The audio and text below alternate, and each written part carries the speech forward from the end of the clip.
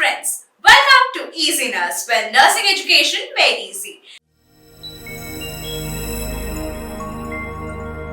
In this session, we are going to discuss regarding your third year GNM Gynecology, the most repeated and the definitely appearing questions for your upcoming exams. So let's get started. Coming to the first question. So as we just know, what is dysmenorrhea? Dysmenorrhea, it's a medical term for kind of a painful, and you can see these menstrual cramps. You're having pain in your menstruation. During the time of the menstruation, there is extreme pain.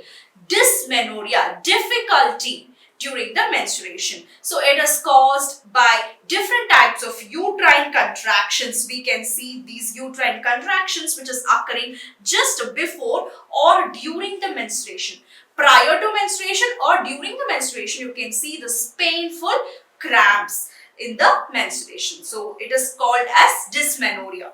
So let's see what are the different types. It has been classified into the primary, where there is no underlying medical conditions. It might be due to certain other factors. It's not due to the medical conditions, and it is classified as primary dysmenorrhea. Coming to the second one is the secondary dysmenorrhea. Why is it caused? Due to the conditions like endometriosis or fibroids. Due to the other medical conditions, there might be difficulty during the menstruation.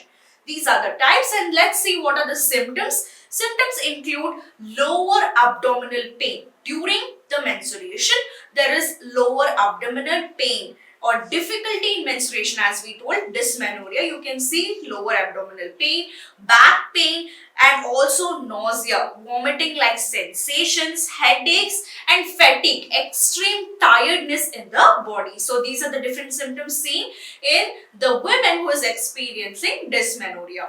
The next one is, we can see what are the causes. There are two different causes, primary causes as well as the secondary causes. As the types are there, primary types and secondary types, we have causes as well. It is caused by the release of the prostaglandins, and which is leading to the uterine contractions. Due to these release of prostaglandins, there might be extreme uterine contractions, and hence there is painful menstrual cramps. That might be the primary cause. Coming to the secondary cause, conditions as I just told you, endometriosis, fibroids, adenomyosis, and pelvic inflammatory diseases. Due to all these secondary factors, there might be painful menstruation or dysmenorrhea, and that is the secondary cause. So let's see in age group, which age group of women are experiencing this dysmenorrhea. So commonly it is affecting the adolescents and the young women, especially within the first few years of the menstruation. So the starting part, whenever the women starts her menstruation, the starting period, first few years of the menstruation, you can see that age group of women experiencing dysmenorrhea. The next we will see for the treatment options. It includes the pain relievers like NSAIDs. Non-steroidal anti-inflammatory drugs are given in order to relieve that pain, and hormonal birth control pills are given in order to relieve that painful menstruation cramps. Heat therapy is given, exercises, dietary adjustments are done in order to relieve the pain and dysmenorrheal symptoms. So let's see, how do we diagnose this condition? It is diagnosed based on the symptoms. So what kind of symptoms the patient or the women is experiencing, based on that we are diagnosing, and also we are checking for the medical history, and sometimes imaging as well as the laparoscopic test is done in order to rule out the underlying condition. To identify that the woman is experiencing dysmenorrhea, we are doing certain CT scan, MRI imaging tests, and laparoscopic tests to identify the condition. So this is a very important 5-marker question which is usually asked regularly in your exams. So let's move on to our second question, that is infertility management. In our previous sessions, we have discussed what is infertility. So we have also discussed what are the causes. So in this session, we are discussing regarding the infertility management. How do you manage this infertility? In the males, the management is different, and in females, it is having certain different management. So first, let's see what is the management in the males.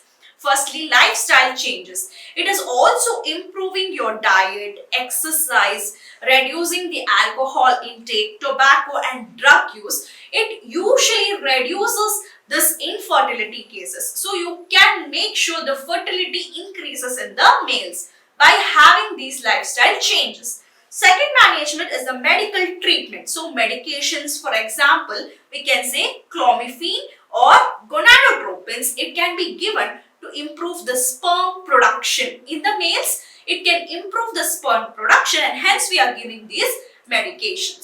So the next management is surgical options. Here, the varicocele repair is done. If in case there is any obstruction or impairment in the varicocele, vasectomy reversal is done and surgery for the blockages are performed in order to reduce the infertility in the males. And the next is assisted reproductive technology. That is, here the options like intrauterine insemination or in vitro fertilization with sperm injection. So these are certain artificial reproductive technologies which are done in order to reduce or manage the infertility in the males. And the next is the hormonal therapy in infertility. If in case this infertility is due to the hormonal imbalances, for example, low testosterone or thyroid disorders if the males are having, due to which there is infertility. So in those cases, we are giving the hormonal therapy for the males. And the final management is the psychological support. Obviously, when a person is psychologically stressed also, it might lead to infertility in few percentages, and hence psychological support is very much important. So counseling has to be done to cope the emotional stress and impact on the fertility of the males. So these are certain points that are done. So these are the management that are done to the males in order to reduce the infertility. So let's see in females what are the management. The first one is, here also lifestyle modification plays a very important role. Weight management. If a female is overweight, the chances of infertility increases. So smoking should be cessated or stopped. Reducing the alcohol intake and stress management is very much necessary in case of females if they are having infertility. And the next one is ovulation induction. So medications like clomiphene citrate or letrozole to stimulate the ovulation they are giving. For good ovulation, these kind of medications are given to induct or to start the ovulation. And the next is surgical treatments. Here we are repairing the blocked fallopian tubes. If there is any block in the fallopian tubes, the ovum, the fertile ovum, it cannot transport or move into the uterus, and hence if there is any blockage, we are repairing the blockage through certain surgeries, removing if there are any fibroids present, and treating the endometriosis for the upcoming pregnancy. So these kind of surgical treatment is necessary in order to reduce the infertility in the females. And the next is hormonal therapy. Here you are giving the treatments for the hormonal imbalances or conditions like polycystic ovarian syndromes. If they are having certain conditions like polycystic ovarian syndrome, hormonal imbalances, you are treating it with the hormonal therapy. And the next management is intrauterine insemination. So you are inserting the sperm directly into the uterus in order to increase the fertilization chances. This is also one of the assisted reproductive technology or technical method wherein which we are increasing the fertility. And the next is assisted reproductive technology, as I just told you, in vitro fertilization or egg sperm donation for the couples who are facing severe infertility. In certain couples, there are severe infertility cases, and hence what they are doing, they are donating an egg or a sperm according to the requirement of the couple.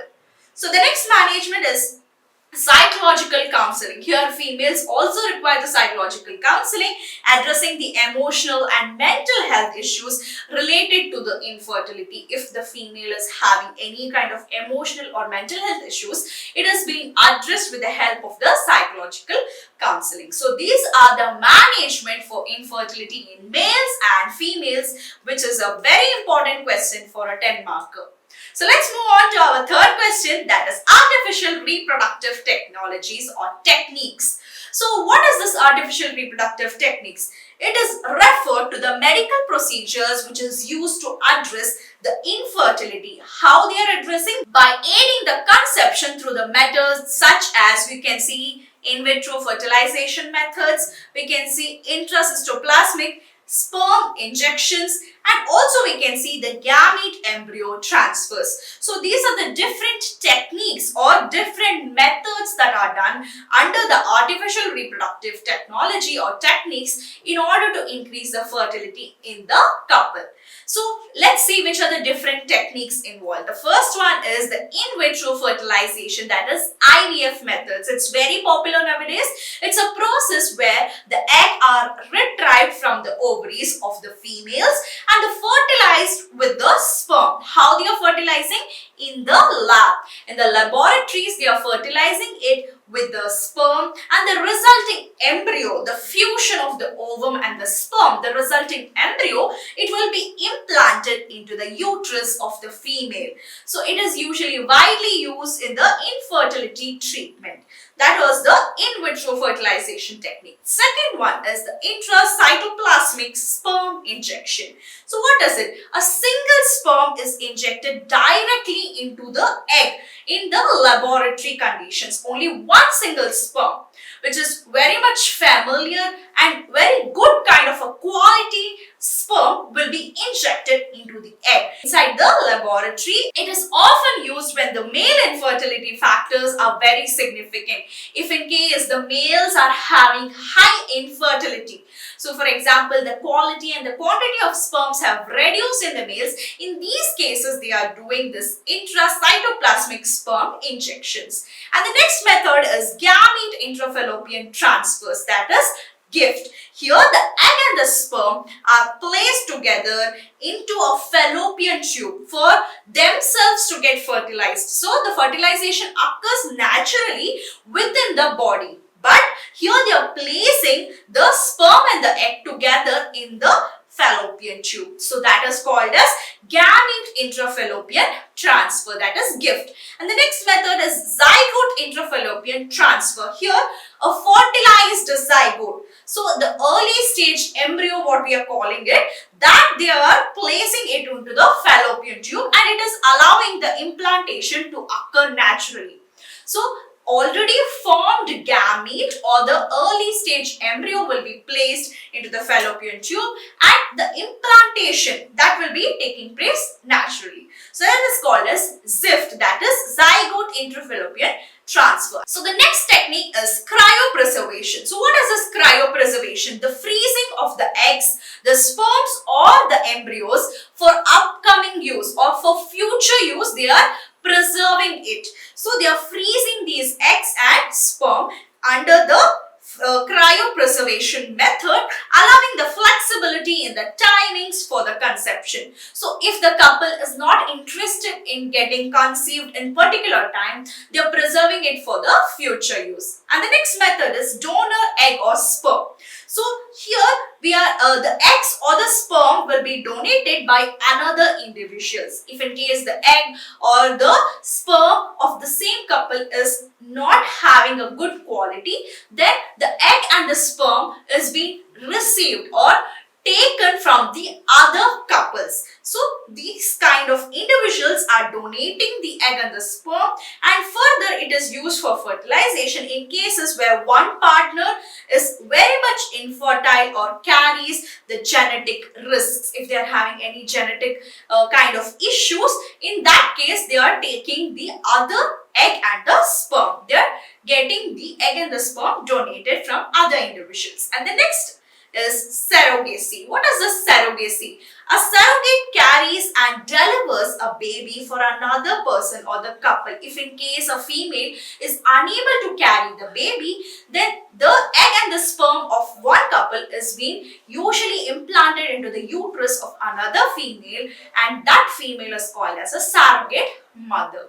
So these are the different artificial reproductive techniques. So let's move on to our next question, that is vaginitis. What is this vaginitis? It is the inflammation or infection of the vagina. What happens? It leads to symptoms like abnormal discharges, itching, burning, pain during the urination, or discomfort during the intercourse. So these kind of symptoms are seen in the females who are having inflammation or infection of the vagina. So let's see what are the causes. Vaginitis, it can be caused by infections like bacteria, yeast, or sexually transmitted infection. Due to these kind of bacterial, yeast, or sexually transmitted infections, the vaginitis can be caused. It also can be caused due to the irritants such as soaps, certain kind of sprays and douches. Hormonal changes also can cause vaginitis, and allergic reactions. So these are the different causes for vaginitis. So let's see what are the symptoms. The common symptoms, it includes the vaginal itching, abnormal discharges. It can vary from different colors, consistency, and the odor. The discharges, it can vary from different kind of color, consistency, and odor. Pain during the urination, intercourse, and there is swelling or redness in the vulval region in the females. So these are the symptoms seen in the female who is having vaginitis. And the next we see what are the different types. As I just told you, it can be caused due to different microorganisms. First type is bacterial vaginosis. Here it is caused by the imbalance in the normal bacteria of the vagina. There are certain kind of normal bacteria which are seen in our vagina. If there is any imbalance in these bacteria, then there might be bacterial vaginosis. And often it is leading to a fishy odor, and you can see thin grayish discharges present in the vagina. The next type is yeast infections. So it is usually caused by the overgrowth of Candida fungus, and it is characterized by thick white discharges, and there is intense itching at the region of the vagina. Whoever is experiencing these vaginitis, that is particularly yeast infections. And the third one is trichomoniasis. It is a sexually transmitted infection which is caused by the parasite. It is leading to a frothy greenish discharge and discomfort in the females. And the last type is the atrophic vaginitis. It is caused by usually decrease in the estrogen levels. It usually happens during the menopause. At the end stage of the menstruation, it is leading to dryness and irritation in the vagina. So these are the different important types of vaginitis. So let's see what are the diagnosis. A healthcare provider, how they are diagnosing it. It is due to the vaginitis through a pelvic examination. If in case a person is experiencing vaginitis, you are diagnosing it with the help of the pelvic examination. Certain lab tests we are doing, sometimes culture of the vaginal discharges in order to identify what is the exact cause for vaginitis. As I just told you, the types. So you are particularly identifying what is the exact cause for vaginitis. And the next, let's see what are the treatment. Treatment, it depends upon the cause. So what is the causative agent? Based on that you are treating. It can include antibiotics for any bacterial infections, antifungal medications for yeast infections, and antiviral medications for certain kind of sexually transmitted infections. Based on the cause, you are treating it. And finally, let's see what are the preventions and complications. How do you prevent this condition? We are preventing this condition by making sure you're practicing the good hygiene, avoiding the irritants like soaps, sprays, etc. And you're wearing a breathable cotton underwears in order to stop or prevent the itching, and practicing of safe sex practices. So these kind of preventions make sure the vaginitis does not occur. And let's see what are the complications. If in case this vaginitis is untreated, then the complications include pelvic inflammatory disease, which is one of the severe form, and you can see sexually transmitted infections, discomfort during the sexual activity. So these are certain complications if in case vaginitis is not treated. So let's move to our next question, that is retroversion of the uterus. So what is this retroversion? It refers to a condition where the uterus, it is tilting back. The normal position of the uterus is usually forward, tilted forward, but here it is just the opposite. It is tilted backward, and it is usually, instead of the typical forward condition, it is tilted backward. So it can be one of the abnormal anatomical variations which is caused by factors like pregnancy, endometriosis and pelvic adhesions. So it can be a normal anatomical variation. So due to any kind of pregnancy, due to endometriosis or due to pelvic adhesions, this condition can be caused. So let's see what is the prevalence. It is very common anatomical variation which is affecting about 20 to 30% of the women. So most probably 20 to 30% of the women are experiencing this retroversion of uterus. The causes are due to the congenital, or it can develop due to conditions like endometriosis, pelvic adhesions, fibroids, and due to pregnancy also there might be retroversion of the uterus. So let's see the symptoms. It often is asymptomatic. There are no symptoms oftenly, and it can be due to certain kind of pelvic pain can be seen, discomfort during intercourse, urinary issues are also seen. These kind of symptoms can be experienced in the woman who is having retroversion of uterus. So how do we diagnose it? Typically it is diagnosed through a pelvic examination, ultrasounds, magnetic resonance imagings are done in order to identify this retroversion or tilting backward of the uterus. So let's see how it is impacting on the fertility. Generally, it does not affect the fertility. In certain severe cases, it can cause difficulty in conception, that is difficulty in getting pregnant.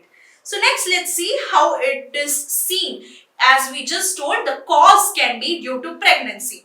So most women with the retroverted uterus can be having a normal pregnancy. Even though if there is retroversion of the uterus, they can have a normal pregnancy with the uterus often shifting forward as the pregnancy progresses. So as and when the pregnancy is progressing, first trimester, second trimester and third trimester, as and when it is progressing, there might be again forward tilting back of the uterus. So it's not much affecting for the pregnancy. The next, how do we treat it?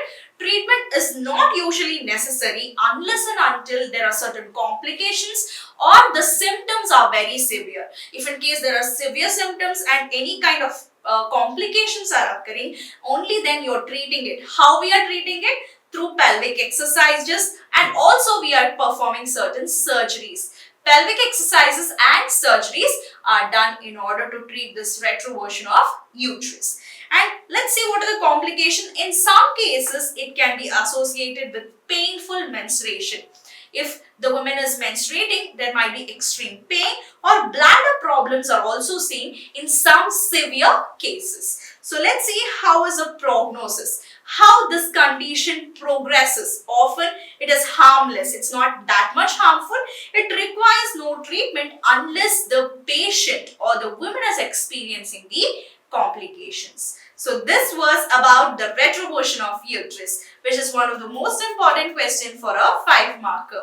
So let's move to our next question, that is breast abscess. So nothing but collection of the pus within the breast tissues. Often it is caused by the bacterial infection.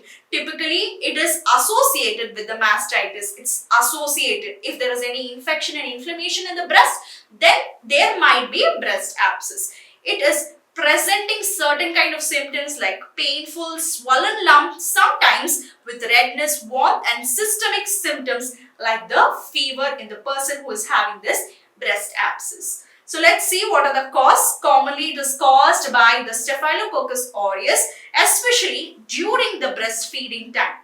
It is also called as lactational mastitis. So if in case this Staphylococcus aureus is infecting, that is one of the main causative agent. Let's see what are the risk factors. Breastfeeding, cracked nipples. So if in case poor milk drainage is happening, if the milk is being clogged in the breast, then that can be one of the cause. Smoking and diabetes. These are certain kind of risk factors wherein which the woman can develop this breast abscess. So let's see what are the symptoms. Painful lump, redness, warmth, swelling, fever. Sometimes the nipple discharges are also seen wherein which the pus is being removed through this nipple discharges. So you can see the pus coming out of the nipple discharges. So these are the different symptoms that are experienced under the breast abscess. Next, let's see what are the diagnosis. The first one is we are doing the clinical examination. We are doing ultrasound to confirm if there is presence of abscess or no, and possible pus culture is also done in order to identify the causative agent. So these are the diagnosis. How do we treat it? Including the antibiotics. We are making sure antibiotics are given in order to kill the bacteria. How we are draining out this pus? With the help of this needle aspiration or incision. You are draining out, removing this pus. That is how you are treating it as well. And you are addressing the underlying causes. What are the different causes for which abscess is happening? And hence you are addressing these causes. Complications includes untreated abscess. It can lead to systemic infections, or also you can see the tissue damage in the breast region if in case it is untreated. Next, let's see how do we prevent it. Proper breastfeeding techniques should be maintained. Good hygiene, treating of the mastitis properly. If in case the patient is having mastitis, it should be treated promptly. The next, non-lactational abscess. It's not just due to lactation the abscess is seen. If the person or if a woman is not lactating as well, there might be abscess. So it can occur in non-breastfeeding individuals. Often it is associated with the smoking. So cessation of smoking in these conditions is very important. So let's see the prognosis. Generally it heals very much better if you are treating it properly. If in case it is untreated, then reoccurrence is also seen. So it can occur again. So this is about the breast abscess. So let's move on to the next condition, that is breast cancer. So it is nothing but a malignant tumor that develops in the cells of the breast. So you can see often it is originating in the ducts or the lobules of our breast tissues. So it can invade the surrounding tissues and spread to the other parts of the body through how? Through the lymphatic or through the blood systems. So it is nothing but the tumor cells which is developing in the lobules and the ducts of the breast tissues. We can see the types. It includes the invasive. So under invasive ductal carcinomas, invasive lobular carcinomas, and the second type is the non-invasive ductal carcinoma in situ. As well, there are certain specific types like triple negative HER2, that is human epidermal growth factor receptor, and the hormone receptor positive cancers. So these are the different types of breast cancer that can be seen. So let's see what are the risk factors. The age factor, family history, genetic mutations, hormonal therapies, obesity and alcohol consumption can be one of the risk factor for breast cancer. Next, let's see what are the symptoms. Lumps in the breast or the armpit regions, nipple discharges, skin changes, breast pain, or you can see the size and shape of the breast changes. So these are the certain symptoms that will be showing the breast cancer. The next, we can see the diagnosis. It involves you're doing the physical examination, imaging tests, especially the mammography is done.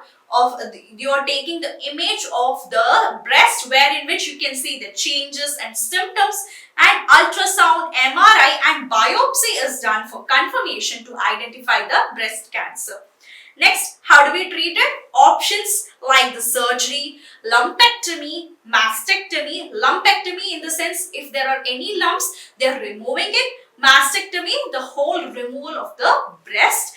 Chemotherapy, radiation therapy, hormone therapy and targeted therapy. They are targeting only to kill the cancerous cells under the targeted therapy. So these are the different treatment options for breast cancer. Let's see how do we screen it.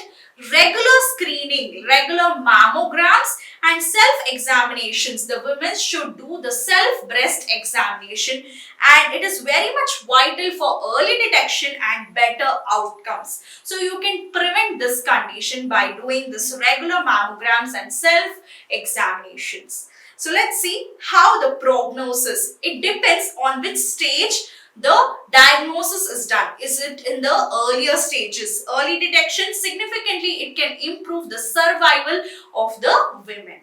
And finally, let's see how do we prevent it. Lifestyle changes and genetic counseling testings should be done, and you need to make sure preventive medications or surgeries for high-risk individuals is done to prevent this breast cancers, which is one of the very important question for a 10 marker in club with certain other questions. So let's see the last condition, that is salpingitis. It is nothing but the inflammation of one or both the fallopian tubes. Often it is caused by the bacterial infections, commonly which is associated with the pelvic inflammatory disease. If the woman is having any pelvic inflammatory disease priorly, then it is associated with this pelvic inflammatory diseases. And the common causes, it includes the sexually transmitted infections like it includes chlamydia, trachomatis, and also Neisseria gonorrhea. It can be due to these sexually transmitted infections. And the types include acute in the sense sudden onset of the salpingitis, and chronic in the sense long-term or recurrent inflammations is seen. And symptoms are pelvic pain, fever, abnormal vaginal discharges, painful intercourse, irregular menstrual bleeding is seen in the women who is experiencing this salpingitis. Here there is inflammation of one or both the fallopian tubes. And how do we diagnose this? Based on whatever the pelvic examinations you are doing, laboratory tests, and for example, we can say sexually transmitted infection testing. When you're doing, you can identify it, ultrasound, laparoscopy, in order to confirm whether it is salpingitis. We are doing these kind of diagnosis to confirm the salpingitis. Next, how do we treat it? Antibiotics. We are targeting for the infections. We are giving the antibiotics in order to reduce the infections. Severe cases, it may require the hospitalization, or sometimes if it is very severe, the surgical interventions is also required. So let's see what are the complications. It can lead to infertility, ectopic pregnancies, chronic pelvic pain if in case the salpingitis is not treated in the earlier stages. So let's see what are the risk factors. If a person or if a female is having multiple sexual partners, then it can be one of the risk factor. Unprotected sex, prior pelvic infections or invasive gynecological procedures, it can lead or it can be one of the risk factor for salpingitis. So let's see how do we prevent it. Having a safe sex practice, regular sexually transmitted infection screenings should be done.